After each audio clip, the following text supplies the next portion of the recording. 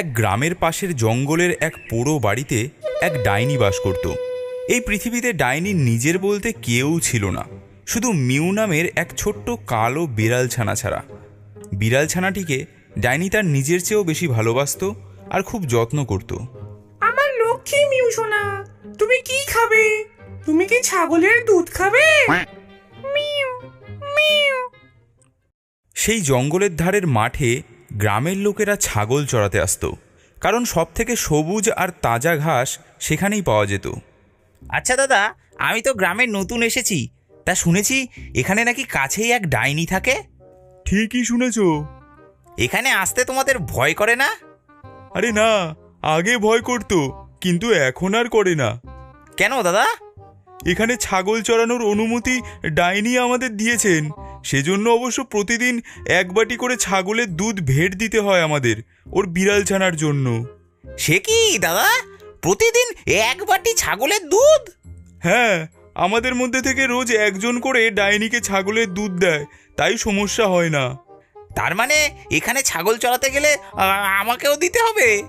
হ্যাঁ, সে তো হবেই। যাই হোক, আজকের দুধটা দিয়ে আসি, কালকে আবার তোমার পালা।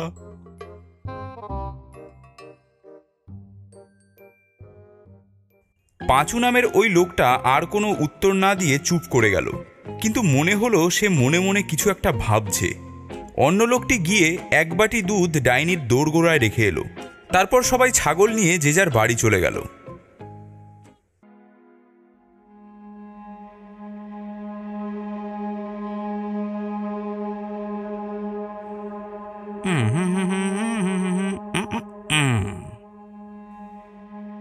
এ কি, ওটা কি করছো? শোনো, কাল আমার পালা, মানে ওই ডাইনিকে কাল আমার থেকে এক বাটি দুধ দিতে হবে। হ্যাঁ, সে তো জানি, কিন্তু ওটা কি মেশাচ্ছ? আরে আমি অত সহজে দুধ দেবো কেন? এটা কি মগের মুল্লুক নাকি? আমি এই দুধে বিষ মিশিয়ে দিচ্ছি। এই দুধ খেলেই ওই ডাইনির ছানা মরে যাবে, আর তাহলেই ওকে আর কোনোদিনও আমাদের দুধ দিতে হবে না। ওগো, ভুল কিছু করো না, পরে আমরা বিপদে পড়বো। আরে ধুর, এই যে আমার হাতে দেখছো রক্ষা তাবিজ, এটা আমি এক সাধু বাবার কাছ থেকে এনেছি, আর আমাদের এই বাড়িটাও সাধু মন্ত্র পড়ে বেঁধে দিয়ে গেছে। ওই ডাইনি আমাদের কিচ্ছু করতে পারবে না। পরের দিন ছাগল চড়ানো শেষে পাঁচু সেই দুধের বাটিটা ডাইনির দোরগোড়ায় রেখে এলো। Mu mu. বুঝেছি লক্ষ্মী সোনা, একটু দাঁড়া, আমি দুধটা নিয়ে আসি।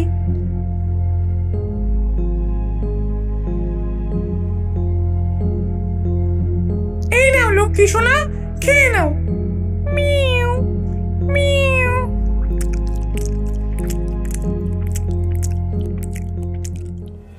মিউ মিউ মিউ মিউ মিউ মিউ। এ কি হলো? এ কি হলো তোর? এমন করছিস কেন? মিউ মিউ মিউ মিউ মিউ মিউ। না, আমার সাথে বিশ্বাসঘাতকতা? আমার বিড়ালের দুধে বিষ দিলি, এর প্রতিশোধ আমি নেবই। সেদিন রাতেই ডাইনি রাগে ছটফট করতে করতে গ্রামে ছুটে আসে। তারপর পাঁচুর বাড়ি খুঁজে বের করে বাড়িতে ঢুকতে যায়, কিন্তু পারে না। মনে হয় সে যেন কোনো এক অদৃশ্য দেওয়ালে বাধা পাচ্ছে। ডাইনি তখন বুঝতে পারে যে এই বাড়িটা বন্ধন করা আছে। সে তখন আরও রেগে যায়, দাঁত কিরবির করতে করতে বলে, এর প্রতিশোধ আমি নেবই নেব। ডাইনি সেই গ্রামেরই আরেক লোকের বাড়ির থেকে একটা ছাগল চুরি করে নেয়।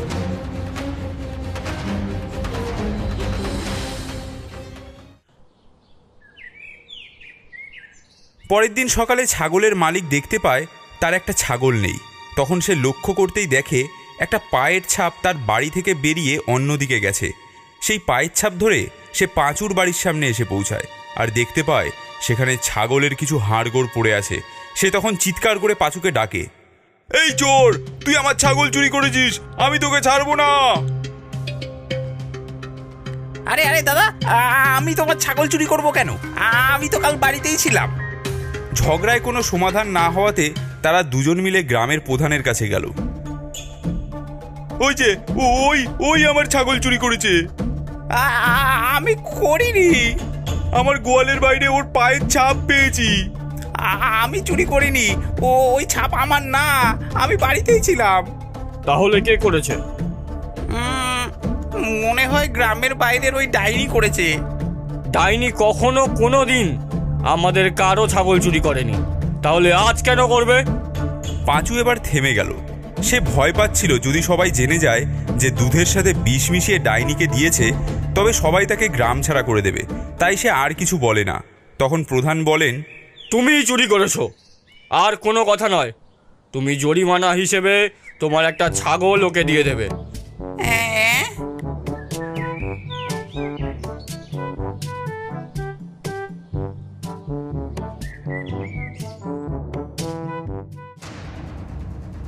সেদিন রাতে ডাইনি আবারও গ্রামে আসে। তারপর পাঁচুর রূপ নিয়ে আর এক গ্রামবাসীর একটা ছাগল চুরি করে নিয়ে পাঁচুর বাড়ির সামনে হাড়গোড় ফেলে রাখে। পাঁচু বুঝতে পারে যে এটা ডাইনিরই কাজ, কিন্তু সে কিছুই করতে পারে না। সেদিনও গ্রামের প্রধান বিচার করে তাকে আরও একটা ছাগল জরিমানা করে। এভাবে প্রতিদিন রাতেই ডাইনি ছাগল চুরি করে আর পরের দিন পাঁচুকে তার জরিমানা দিতে হয়।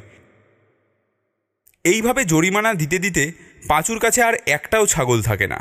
একদিন রাতে গ্রামের প্রধানের গোয়াল থেকেই একটা ছাগল চুরি গেল।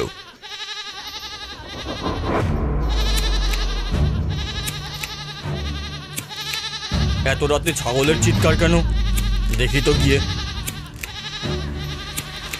আমার ছাগল চুরি, দাঁড়া, কাল তোকে গ্রাম ছাড়া করব।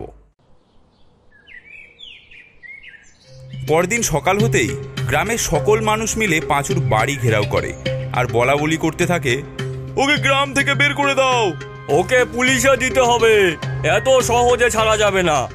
এসব দেখে পাঁচু একেবারে সকলের সামনে এসে হাত জোর করে বলে, আমি পাপ করেছি, আমি মহা পাপ করেছি।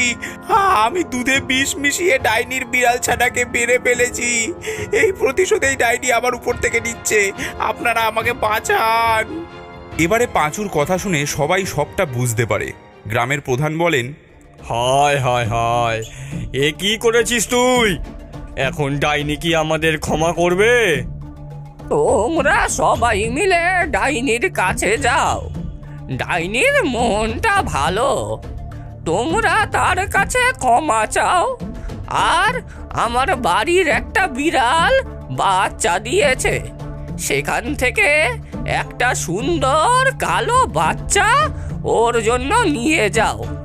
সবাই মিলে তখন একটা কালো বিড়ালের বাচ্চা সঙ্গে দুধ নিয়ে আর ওই লোকটাকে ধরে নিয়ে ডাইনির বাড়ি যায় আর ক্ষমা চেয়ে বলে, ডাইনিমা, আমাদের ভুল হয়ে গেছে, আমাদের ক্ষমা করে দাও ডাইনিমা। এই তো আমার নতুন লক্ষ্মী ছানা, কই দাও ওকে আমার কাছে দাও। এই লোকটাই বিষ দিয়ে তোমার বিড়ালকে হত্যা করেছে, আমরা আজই ওকে গ্রাম থেকে বের করে দেব। আমার ভুল হয়ে গেছে, আমি অনুতপ্ত, আমায় ক্ষমা করে দিন। ওকে বের করে দিতে হবে না, ওর সাজা ও পেয়ে গেছে। আর অনুতপ্ত হলে পাপও কেটে যায়, তাই ওকে ক্ষমা করে দিলাম। এই দেখো মিউ সোনা, এটা হলো ক্ষীরের পুতুল ইউটিউব চ্যানেল, এটাকে সাবস্ক্রাইব করতে হয়। Mu mu.